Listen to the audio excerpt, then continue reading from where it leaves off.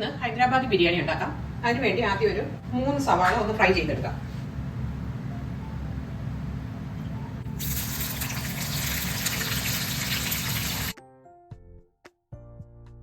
ഇത് മൂത്തിട്ടുണ്ട്, ഇനി ഇത് കോരിയെടുക്കാം. ഇത് 400 ഗ്രാം ചിക്കൻ ഉണ്ട്. ജിഞ്ചർ ഗാർലിക് പേസ്റ്റ് ഒരു 1.5 ടേബിൾ സ്പൂണും ഒരു 3 പച്ചമുളകും കൂടെ ചതച്ചത് അത് ഇതിലിടാം. 1 ടേബിൾ സ്പൂൺ മല്ലിപ്പൊടി, 1 ടേബിൾ സ്പൂൺ മുളക് പൊടി, 1/4 ടീസ്പൂൺ മഞ്ഞൾപ്പൊടി, 1/2 ടീസ്പൂൺ ഗരം മസാല പൗഡർ അത് ഇതിൽ ചേർക്കാം. വറുത്ത് വെച്ച ഈ ഉള്ളി മൂപ്പിച്ച സവാള മൂപ്പിച്ചതിന്റെ പകുതി ഇടാം. മല്ലിയിലയും പുതിനയിലയും, ഉപ്പ് ആവശ്യത്തിന്, 1/2 കപ്പ് തൈര്. ഇതെല്ലാം കൂടെ നന്നായിട്ടൊന്ന് മിക്സ് ചെയ്യണം. ഇതിലേക്ക് ഒരു ടേബിൾ സ്പൂൺ നെയ്യൂടെ ഒഴിക്കണം. നെയ്യൂടെ ഒഴിച്ചിട്ട് 1 മണിക്കൂർ നല്ലതായിട്ട് മിക്സ് ചെയ്ത് 1 മണിക്കൂർ റെസ്റ്റ് ചെയ്യാൻ വെക്കാം. ഇനി ചിക്കൻ ഒക്കെ വേവിക്കാം.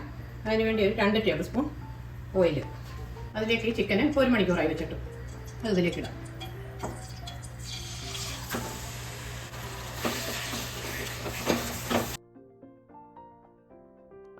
ഒരു മീഡിയം ഫ്ലെയിമിൽ ഒന്ന് കുക്ക് ചെയ്തെടുക്കാം. ഒരു 75% വേകണം. ഇനി അരി വേവിക്കാം. ആവശ്യത്തിന് ഉപ്പ്. ഇത് കറുവാപ്പട്ട, 3 ഗ്രാമ്പൂ, 2 ഏലക്ക, ബേ ലീവ്സ് ഇത്രയിടാം അതിലേക്ക്. 1 ഗ്ലാസ് ബസ്മതി അരി. ഇത് ആണെങ്കിൽ നന്നായിട്ട് കഴുകി വെള്ളം ഊറ്റിക്കളഞ്ഞാൽ അത് തിളയ്ക്കുമ്പോൾ ഇതിലേക്ക് ഇടാം. വെള്ളം നല്ലപോലെ തിളച്ചിട്ടുണ്ട്. അതിലേക്ക് ഈ അരി ഇടാം, കഴുകി വെച്ചിരുന്ന അരി. അങ്ങനെ നല്ലപോലെ ഒന്ന് തിളച്ചിട്ട് മീഡിയം ഫ്ലെയിമിലിട്ടൊരു നന്നായിട്ടൊന്ന് വേകണ്ട, ഒരു 70-75% വെന്താൽ മതി. അരി ഇത് വെന്തിട്ടുണ്ട്. ഇത് വെന്ത പോയില്ല, എന്നാലും ഒരു 80% വെന്തിട്ടുള്ളൂ. ഇനി ഇത് കൂറ്റാം. ചിക്കനും ഇത് വെന്തിട്ടുണ്ട്. ഇനി നമുക്ക് ദം ചെയ്യാം. അതിനുവേണ്ടി ഒരു പാത്രം വെക്കാം.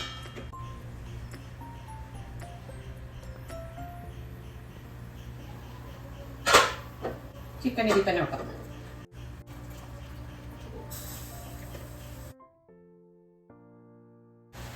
ഇതിലേക്ക് കുറച്ച് മഞ്ഞൾപ്പൊടി വെള്ളത്തിൽ കലക്കി എടുത്തത്, അല്ലെങ്കിൽ സാഫ്രോൺ ആണെങ്കിൽ പാലിൽ കലക്കി ഒഴിക്കാം.